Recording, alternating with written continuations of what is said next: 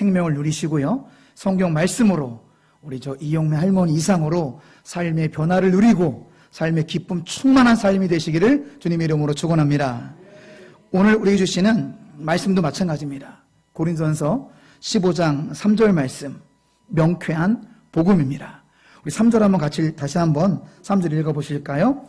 내가 받은 것을 먼저 너희에게 전하였노니 이는 성경대로 그리스도께서 우리 죄를 위하여 죽으시고, 복음입니다. 성경대로 그리스도께서 우리 죄를 위하여 죽으셨습니다. Bible said, Jesus died for me. 예수님께서 우리 힘으로 도저히 해결할 수 없는 죄의 문제, 죄책감의 문제를 해결하셨어요. 예수님의 피값으로 해결하셨습니다. 여러분, 예수님은 하나님이신 줄 믿습니다. 따라서 예수님의 피는 하나님의 피예요. 하나님 피값으로 우리 같은 죄인을 건져주시고 살려주셨습니다. Pay the debt and made me free. 죄의 빚을 하나님의 피값으로 우리의 죄의 빚을 갚으시고 우린 진정한 자유인이 되었다는 사실입니다. 우리 하나님의 자녀가 되었어요.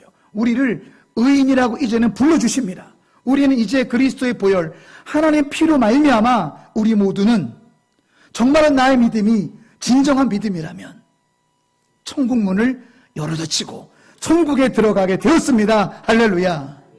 이것이 바로 3절 말씀의 복음이에요. 말씀을 잘 보세요. 성경대로 그리스도께서 뭐를 위하여? 우리 죄를 위하여.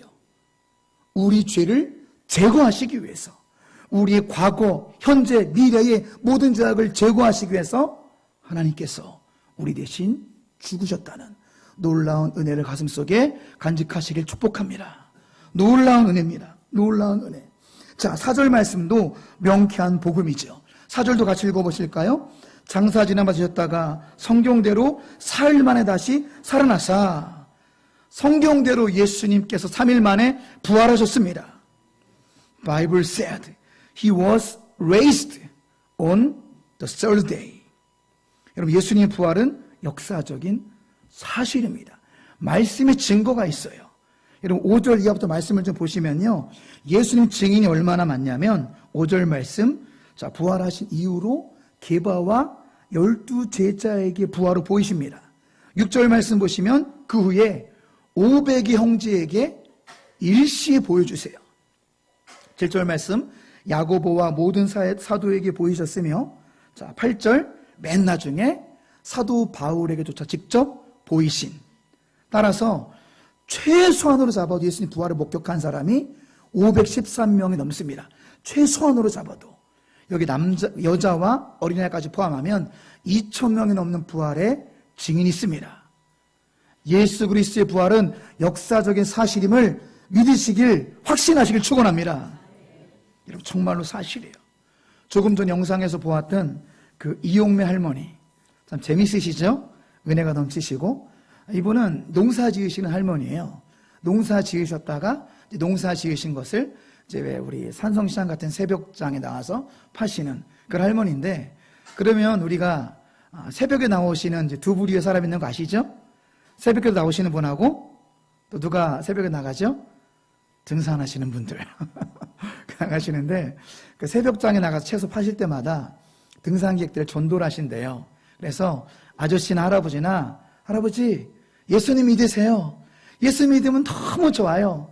아까 하하하 웃은 것처럼 예수님 믿으면 너무 좋아요. 이 전도를 하니까 등산객 할아버지가 뭐라고 그러냐면, 아니 처녀한테서 예수가 나왔다는데 그걸 어떻게 믿어요? 어떻게 처녀가 예수가 처녀한테 나왔다며 어떻게 그걸 믿어요? 그러더래요. 그러니까 이 할머니 하나님께 지혜를 주셔가지고 대답을 이렇게 했다랍니다. 할아버지, 집에 가서 역사책 찾아보세요. 예수님 있나 없나? 역사책을 찾아보라고. 할아버지 돌아가서 역사책을 넘겨보니까 실제 역사 교과서에, 역사책에 예수님의 탄생과 부활이 적혀 있더랍니다. 그 다음에 다시 와가지고 진짜 예수님의 이 탄생과 부활이 역사책에 있네요 하고 이용매 할머니랑 같이 예수님을 영접하셨다랍니다. 할렐루야. 여러분, 안 기쁘십니까? 예, 하나님께 영광을 써 돌릴까요? 할렐루야. 여러분, 이렇게 예수 그리스도의 부활은 역사적인 사실입니다. 말씀의 증거고 예수님의 부활은 정말로 사실인데, 여러분, 더 중요한 것은 우리 모든 무슨 일이든 간에 의미가 중요하죠. 의미. 여러분, 예수님의 부활은 여러분에게 어떤 의미로 다가오십니까? 항상 의미가 중요한 거예요. 우리 부활절에 흰 옷도 입고 삶은 달걀도 먹고 전 세계가 막 들썩이잖아요. 그렇죠? 더 중요한 건 부활의 의미가 중요한 것입니다. 찬송가 160장. 원수를 다 이기고 무덤에서 살아나셨네. 어둠을 이기시고 나와서 성도와 함께 길이 다스리시네. 첫음으로 듣겠네요. 사셨네, 사셨네, 예수 다시 사셨네. 찬송 기뻐하지만 의미가 더 중요하다는 거예요. 여러분 생각해 보시기 바랍니다. 우리가 지난주 부활주일 보냈는데 여러분에게는 부활이 어떤 의미로 다가오십니까? 단순히 기쁜 날도 아니고 단순히 계란 먹는 날이 아니라, 왜 부활이 기쁘냐면 나 대신 십자가에 달리신 그분은 진짜 하나님이셨습니다. 그래서 우리 흉악한 과거, 현재, 미래, 우리 어젯밤에 준 우리의 모든 죄악들까지도 죄 사함 받을 수 있는 길은 우리를 만드신 창조주 그리스도, 베들레헴 청년이 아닙니다. 만약 부활이 없었더라면요, 해프닝으로 끝났겠죠. 베들레헴의 어떤 노청년이 구세주라고 얘기했다가 그냥 죽어버리고 끝난 거죠. 나사렛 출신 청년이, 노청년이 그냥 자기가 구원자라고 말했다가 그냥 끝나버린 사건이 되고 우리의 죄 문제가 그대로 있는 거예요. 하지만 그렇지 않았죠. 예수님께서 부활하심으로 우리 죄값을 치르신 분은 우리를 창조하신 하나님이 우리 대신 죽으셨다는 사실입니다. 이해가 되십니까, 여러분? 또 가까운 예로 여러분의 죄 때문에 여러분의 친아버지나 친정아버지가 대신 죽으셨다 생각해 보세요. 아이고, 나 때문에 우리 친정아버지가 대신 죽었어. 얼마나 가슴 아프고 얼마나 원통하고 그렇겠습니까? 그런데 그 정도가 아니라 부활의 사건은 우리를 만드신 하나님 아버지께서 직접 우리를 위해 죽으셨다는 사실입니다. 그래서 우리의 모든 죄가 사해지고 우리의 모든 죄값이 하나님의 피값으로 우리의 모든 죄값이 제거된 줄로 믿습니다. 따라서 여러분, 예수님의 부활은 죄사함의 확증이라는 거예요. 가슴에 새기시고요, 양옆에 계신 분한테 그렇게 한번 다시 한번 이야기해 주세요. 이렇게 말했으면 좋겠습니다. 예수님의 부활은 죄사함의 확증입니다. 시작. 이게 중요한 거예요. 예수님의 부활은 죄사함의 확증이라는 거. 너무나 중요합니다.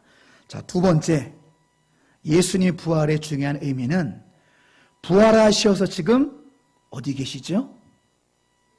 부활하셔서 승천하셔서 하나님 보좌 우편에서 지금도 우리를 다스리고 계십니다. 부활하셔서 승천하셨고 하나님 보좌 우편에 계시지만 성령으로 여러분 안에 거하신 줄로 믿습니다. 이게 중요한 거예요. 성령님의 모습으로 저와 여러분 속에 거하신다는 사실입니다. 부활하셔서 내 옆에 계시다라는 거예요. 부활하셔서 내 안에 계시다라는 것입니다. 할렐루야. 얼마나 감사하고 감격스러운지 모르겠습니다. 이스라엘어로 임마누엘, 영어로 God with us, 지금도 우리 안에 거하시는, 그래서 그 주님께서 우리를 지금 이 순간도 인도하신 줄로 믿습니다. 이 말씀이 바로 갈라디아서 2장 20절이죠. 우리 한번 찾아보실까요? 조금만 뒤로 넘기셔가지고요. 자, 우리 할머니가 완전히 암송을 잘 하셨던 말씀 중에 하나죠. 갈라디아서 2장 20절. 이 의미를 분명히 우리가 더 알고 하나님을 더 경험하기를 원합니다. 갈라디아서 2장 20절, 신약성경 304쪽입니다. 다 같이 한번 갈라디아서 2장 20절 읽어보실까요? 내가 그리스도와 함께 십자가에 못 박혔나니 그런즉 이제는 내가 사는 것이 아니요 오직 내 안에 그리스도께서 사시는 것이라. 이제 내 육체 가운데 사는 것은 나를 사랑하사 나를 위하여 자기 자신을 버리신 하나님의 아들을 믿는 믿음 안에서 사는 것이라. 할렐루야. 자, 상반절에 내가 그리스도와 함께 십자가에 못 박혔나니라고 바울이 고백하고 있습니다. 이 의미는 뭐냐면 한 번 박혀서 끝났다는 말씀이 아니에요. 우리는 어떤 존재냐? 우리는 매일매일 우리의 옛 자아가 십자가에 못 박혀야만 되는 존재라는 사실입니다. 한 번 박아서 끝났다고 말하는 것은 구원파예요. 그것이 한 번 깨달았고 한 번 회개했이 됐다, 이게 구원파입니다. 하지만 성경은 그렇게 말하고 있지 않아요. 매일매일 이 갈라디 2장 10절을 헬라 원문으로 보면은 완료형의 완료형 계속해서 못 박으라 그거예요. 우린 연약하니까, 우리는 부족하니까, 우리는 또 넘어지고 또 넘어지니까 우리가 승리하는 삶을 살기 위해서, 우리가 정결함을 유지하기 위해서는 매일매일 우리의 정욕과 옛 자아를 매일매일 십자가에 못 박으시기를 주님 이름으로 축원합니다. 그래야 승리감의 충만함으로 우리가 사역을 감당할 수가 있고 사명을 감당할 수 있기 때문에 그렇습니다. 그런데 이렇게 이론처럼 우리가 매일매일 죄악을 십자가에 못 박는다면 얼마나 좋겠습니까? 하지만 말대로 쉽진 않죠. 영적 전쟁, 죄의 유혹과의 싸움이 여러분 쉽지는 않습니다. 그런데 이길 수 있는 비결이 있어요. 그 다음 말씀 보실까요? 20절 중간쯤 보면은 그런즉 이제는 내가 사는 것이 아니요 오직 내 안에 그리스도께서 사시는 것이라. 승리의 비결이 여기 있습니다. 여러분 안에 거하시는 예수님을 바라보시기 바랍니다. 예수님 바라보시면 살고 승리할 수 있습니다. 다시 한번 옆에 분 축복해 주세요. 당신 안에 계신 예수님을 바라보십시오. 이게 승리의 비결이에요. 우리 힘으로 이기기 힘듭니다. 하지만 우리 안에 거하시는 예수님 바라볼 때 우리가 넉넉히 승리할 줄로 믿습니다. 이게 승리의 비결이에요. 이 말씀의 핵심이기도 하고요. 내 안에 거하시는, 그런즉 이제는 내가 사는 것이 아니요 오직 내 안에 그리스도께서 사시는 것이라. 할렐루야. 내 안에 거하시는 그리스도를 바라볼 때 우리는 넉넉히 승리할 수가 있다는 사실입니다. 여러분, 매 순간순간마다 여러분은 무엇을 바라보십니까? 한번 이 시간 생각해 보시기 바랍니다. 우리 생각은 꼬리에 꼬리를 물고 우리 인간의 뇌는 사실은요 생각을 멈추지 않습니다. 심지어 우리는요 자면서 생각을 해요. 그래서 뭐를 꾸죠? 꿈을 꾸는 거예요. 이 뇌는 슈퍼컴퓨터, 더 좋은 컴퓨터라서 사고를 우리 뇌는 쉬지 않습니다. 잘 때도 생각을 해요. 여러분은 여러분의 꼬리에 꼬리를 무는 생각은 무엇입니까? 돈이 아니시길 축원합니다. 유머를 받아주세요. 다큐로 받지 마시고요. 우리 삶을 점검해보고 믿음을 점검해보자라는 거죠. 내 끊이지 않는 사고, 생각이 계속되는데 나는 과연 무엇을 생각하고 있는지 바라기는 이 자리에 오신 모든 소중한 여러분들은 예수님을 24시간 바라보시고 예수님을 생각하시기를 주님의 이름으로 축원합니다. 내 안에 계시는 예수님 바라볼 때 전국적인 죄악은 끊어지고 거룩함의 승리가 있을 줄로 믿습니다. 내 안에 거하신 예수님을 바라볼 때 승리의 충만감을 누릴 줄로 믿습니다. 내 안에 거하신 예수님을 바라볼 때 샘솟는 평안과 넘치는 기쁨과 그 누구도 빼앗을 수 없는 평강이 넘칠 줄로 믿습니다. 또 예수님 부활하신 사건은요 우리의 삶에도 지대한 영향을 미칩니다. 이렇게 민노라 하면서도 저도 가끔 그런 분들을 많이 경험했는데, 기도 응답이라고 말하면 자꾸만 인본주의를 생각하는 분들이 있어요. 이렇게 사람이 역사하셨다 그러면 이렇게 돼서 이렇게 됐군요. 그렇게 자꾸만 인간적으로 해석을 하는 거예요. 하나님이 이루셨습니다 하니까 이렇게 됐군요 라고 이렇게 우연의 일치라고 말하는 분들이 종종 있습니다. 그런 분들한테 이런 말이 필요하죠. 우연의 일치라고요?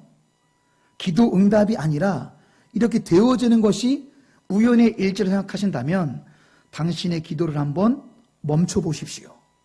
그렇다면 당신의 우연조차도 일어나지 않을 것입니다. 여러분, 그렇습니다. 하나님 안에서 우연은 없습니다. 하나님 안에 필연과 섭리가 있는 줄로 믿습니다. 하나님께서 우리 안에 거하시기 때문에 우리의 작은 신음소리까지도 들으시고, 신음도 들으시는데요, 우리가 기도할 때 안 들으시겠습니까? 성령 하나님께서, 또 부활하신 예수님께서 우리 안에 거하시기 때문에 우리의 모든 기도를 들으시고 강력하게 응답하실 줄로 믿습니다. 시편 28편 1절에 보면 이런 말씀이 있어요. 여호와여, 내가 주께 부르짖으오니 나의 반석이요, 내게 귀를 막지 마소서. 주께서 내게 잠잠하시면 내가 무덤에 내려가는 자와 같을까 하나이다. 다윗이 하나님, 내 기도에 왜 잠잠하십니까? 내 기도에 잠잠하시면 내가 무덤에 내려가는 것 같습니다. 죽을 것만 같습니다. 주님, 왜 응답 안 해주세요? 응답 안 해주니까 내가 지금 죽을 것만 같아요. 왜 잠잠하십니까? 라고 다윗이 여쭤봤어요, 하나님께. 그 응답의 말씀이 시편 29편입니다. 산이 진동하고, 산이 진동해서 막 노루가 낙태까지 하고, 그 이면의 뜻이 중요한데, 시편 29편은 어떤 메시지냐면, 다윗아, 내가 네 기도에 응답이 안 한다고 레바논의 산맥이 진동할 정도로, 가데스 광야가 진동할 정도로 나는 너의 기도 소리에 응답하는 여호와 하나님이다. 할렐루야. 이게 저와 여러분을 향한 하나님의 마음이라는 사실이에요. 시편 29편 8절, 여호와의 소리가 광야를 진동하시며 여호와께서 가데스 광야를 진동시키도다. 바로 그런 것입니다. 사랑하는 아들아, 딸아, 조금만 더 인내해라. 너의 때와 나의 때가 다르니 조금만 더 믿음으로 인내하시기를 축원합니다. 그렇게 하면 가데스 광야가 진동할 정도로, 레바논 산맥이 갈라질 정도로 내가 너의 기도에 응답하는 그날이 속히 올 것이다. 할렐루야. 이 하나님 아버지 마음이고, 내 안에 부활하셔 살아계시는 주님의 음성이라는 사실을 믿으시길 주님으로 축원합니다. 말씀을 정리하고 마치겠습니다. 오늘의 결론은 심플하지만 강력한 말씀입니다. 첫째, 예수님의 부활하심으로 나의 모든 죄 문제가 다 해결이 되었습니다. 할렐루야. 십자가를 바라볼 때마다, 예수님 부활을 묵상할 때마다 죄사함을 확증하는 그런 자유가 있으시기를 주님의 이름으로 축원합니다. 두 번째는요, 예수님은 부활하셔서 하늘 보좌 우편에 계신 것뿐만 아니라 부활하신 예수님께서는 성령으로 우리 안에 거하심을 바라보시길 주님의 이름으로 축원합니다. 우리 안에 거하신 예수님을 바라봄으로 말미암아 기쁨과 평안과 소망에 넘치시는 그런 복된 일생이 되시기를 주님의 이름으로 축원합니다.